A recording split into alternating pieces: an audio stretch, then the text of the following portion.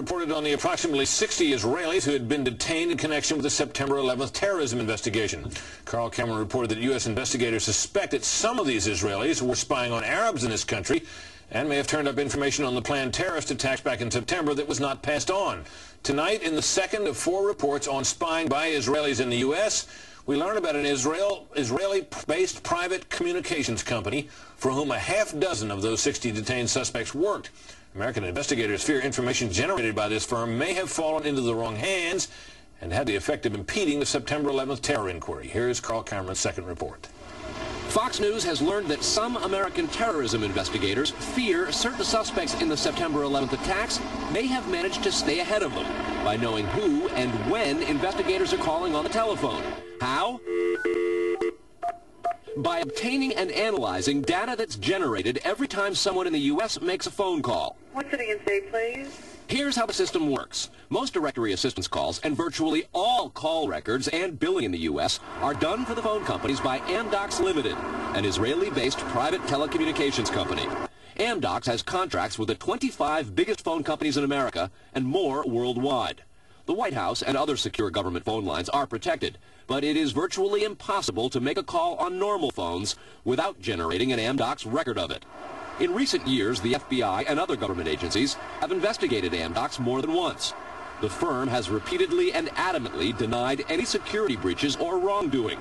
But sources tell Fox News that in 1999, the super-secret National Security Agency, headquartered in northern Maryland, issued what's called a top-secret, sensitive, compartmentalized information report, TSSCI, warning that records of calls in the United States were getting into foreign hands, in Israel in particular.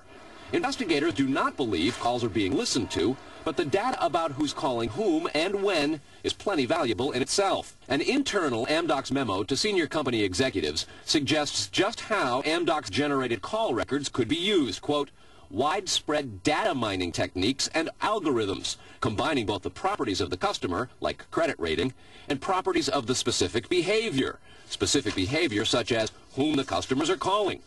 The Amdocs memo says the system should be used to prevent phone fraud, but U.S. counterintelligence analysts say it could also be used to spy through the phone system. Fox News has learned that the NSA has held numerous classified conferences to warn the FBI and CIA how Amdocs records could be used. At one NSA briefing, a diagram by the Argonne National Lab was used to show that if the phone records are not secure, major security breaches are possible. Another briefing document said, quote, it has become increasingly apparent that systems and networks are vulnerable. Such crimes always involve unauthorized persons or persons who exceed their authorization, acting on exploitable vulnerabilities. Those vulnerabilities are growing because, according to another briefing, the U.S. relies too much on foreign companies like Amdocs for high-tech equipment and software. Quote, many factors have led to increased dependence on code developed overseas. We buy rather than train or develop solutions. U.S. intelligence does not believe the Israeli government is involved in a misuse of Amdocs information, and Amdocs insists that its data is secure. What U.S. government officials are worried about, however, is the possibility that Amdocs data could get into the wrong hands, particularly organized crime, and that would not be the first time that such a thing has happened. Fox News has documents of a 1997 drug trafficking case in Los Angeles in which telephone information, the types that Amdocs collects, was used to, quote, completely compromise the communications of the FBI, the Secret Service, the DEA, and the LAPD. And we'll have that and a lot more in the days ahead, Brett. Carl, I want to take you back to your report last night on those 60 people who were Israelis who were detained in the anti-terror investigation, and the suspicion that some investigators have that they may have picked up information on the 9/11 attacks ahead of time, not passed it on.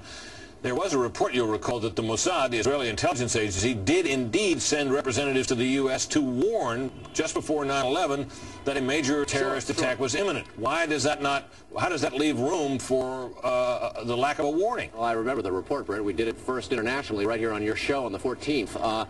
What investigators are saying is that that warning from the Mossad was nonspecific and general, and they believe that it may have had something to do with the desire to protect what are called sources and methods in the intelligence community. The suspicion being perhaps those sources and methods were taking place right here in the United States. The question came up in the Select Intelligence Committee on Capitol Hill today. they intend to look into what we reported last night, and specifically that possibility. Brett? So, in other words, the problem wasn't the lack of a warning, the problem was lack of useful details. Quantity of information. All right, Carl, thanks very much. Coming up next...